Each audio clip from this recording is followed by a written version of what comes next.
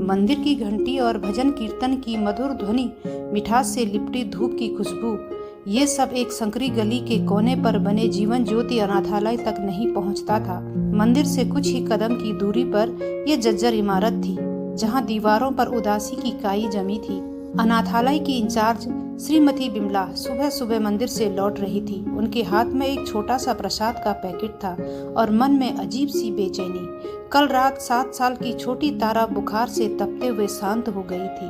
तारा, जिसकी आंखें हमेशा दूर क्षितिज पर कुछ खोजती रहती थी, शायद अब अपनी अनंत शांति खो चुकी थी। हाय राम, एक और फूल मुरझा गया, बिमला जी ने सूजी हुई आंखों से खुद से कहा। अनाथालय में इस वक्त सन्नाटा पसरा था। छोटे बच्चे जानते थे कि कोई चला गया है, लेकिन उन्हें मृत्यु का अर्थ नहीं मालूम था। उन्हें बस इतना पता था कि एक खाली बिस्तर और एक खाली थाली छूट गई है। सबसे बड़ी समस्या ये थी कि तारा के कफन का इंतजाम कैसे किया जाए। बिमला जी ने अपनी साड़ी के पल्लू को और कस कर बांधा। बेटा सुरेश, बिमला जी ने पास खड़े एक किशोर को बुलाया, जो अनाथालय के पुराने कामों में मदद करता था। तुम जाओ और मंदिर के बड़े सेठ हरकिशन से मिलो। उन्हें कहना कि जीवन ज्योति को चंदे की सख्त जरूरत है, खासकर अभी एक बच्ची चली गई है। सुरेश की आंखें झुकी हुई थी। बिमला माँ, मैंने सुना है कि सेठ जी सिर्फ उन बच्चों को दान देते हैं जो ईश्वर का आशीर्वाद पाते हैं, यानी जो किसी धनी परिवार द्वारा गोद लिए जाते हैं। जो यहाँ मर जाते हैं उनके लिए वो कुछ भी पैसे नहीं देते। कहते हैं कि ईश्वर की इच्छा थी। बिमला जी का चेहरा सख्त हो गया। फिर भी जाओ, ये हमारा कर्म है। शायद इस बार उनका मन बदल जाए। उन्हें याद दिलाना कि पिछले महीने उन्होंने घोषणा की थी कि मंदिर के बाल कल्याण कोष में लाखों का दान आया है। सुरेश ने मंदिर के प्रांगण में प्रवेश किया।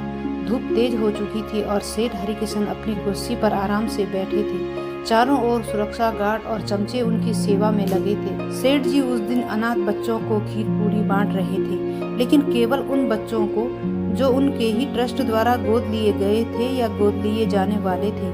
अरे कौन हो तुम? सेठ जी के सहायक ने सुरेश को रोकते हुए पूछा। मैं जीवन ज्योति अनाथालय से आया हूँ। बिमला माँ ने सेठ जी से मिलने को कहा है, एक जरूरी बात है। सेठ हरिकिशन ने चश्मा ऊपर करते हुए देखा। ओह, बिमला का लड़का। हाँ बोलो, क्या बात है? प्रसाद चाहिए क्या? सुरेश ने साहस बटोरते हुए कहा। सेठ जी, प्रसाद नहीं बल्कि एक छोटी बच्ची तारा कल रात को हमें छोड़कर चली गई है। हमें उसके अंतिम संस्कार के लिए और बच्चों के लिए कुछ दवाइयों की सख्त जरूरत है।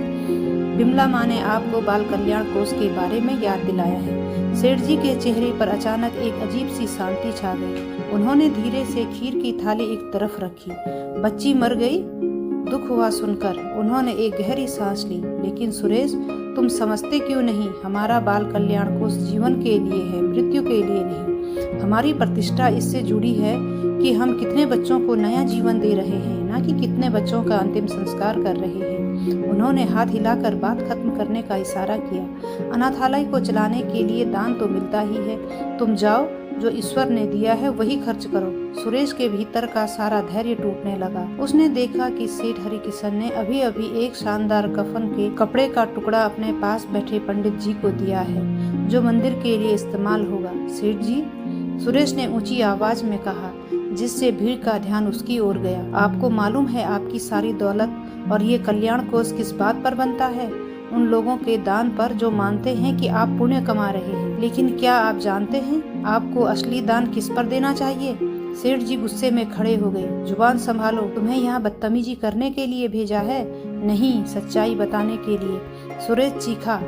आपको तारा को नया जीवन देने में कोई दिलचस्पी नहीं थी, लेकिन कम से कम उसे सम्मानजनक विदाई तो दे सकते थे। वो भी तो आपकी कल्याण कोष का हिस्सा थी। लेकिन आप उस पर पैसे नहीं लगाएंगे, क्योंकि मरते हुए बच्चे आपकी संस्था की टीआरपी नहीं बढ़ाते। उसने सीधे सेठ जी की आंखों में देखा और एक कठोर प्रश्न दाग दिया। सेठ जी, आपके लिए दान सिर्फ एक दिखावा है, जिससे आपकी इज्जत बढ़ती है। मरना तो इस समाज में पाप है, जो आपके पुण्य के व्यापार में घाटा पैदा करता है।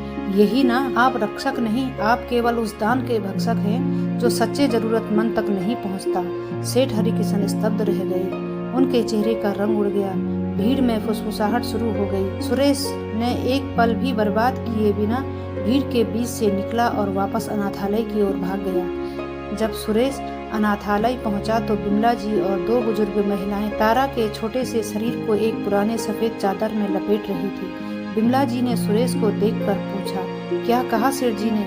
सुरेश ने गहरी सांस ली। वो धीरे से तारा के पास घुटनों के बल बैठ गया। उसने अपने जेब में रखे मुट्ठी भर सिक्के निकाले जो उसने दिन भर छोटे मोटे काम करके कमाए थे। माँ, उन्होंने लगभग फुसफुसाते हुए कहा, सेठ जी ने मना कर दिया है, पर कोई बात नहीं। उसने सिक्के बिमला जी के हाथ में रखे। हमारा दान सच्चा है, हमारा प्यार सच्चा है, हम खुद कर लेंगे। कम से कम हम जानते हैं हमारे बच्चे का कफन हमारे अपने खून पसीने की कमाई से ही आया है, किसी दिखावे के व्यापार से नहीं।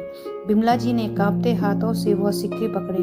उनकी आंखों से आंसू बह निकले, लेकिन इस बार ये आंसू दुख के नहीं थे। ये आंसू उस छोटी सी मगर सच्ची जीत के थे जो उन्होंने दुनिया के बड़े और झूठे दया व्यापारी के मुंह पर तमाचा मारकर हासिल की थी। तारा को उसी पुरानी चादर में अंतिम विदाई दी गई जो उस अनाथालय के हर बच्चे की तरह थी, शुद्ध, सरल और निस्वार्थ प्रेम से भरी हुई।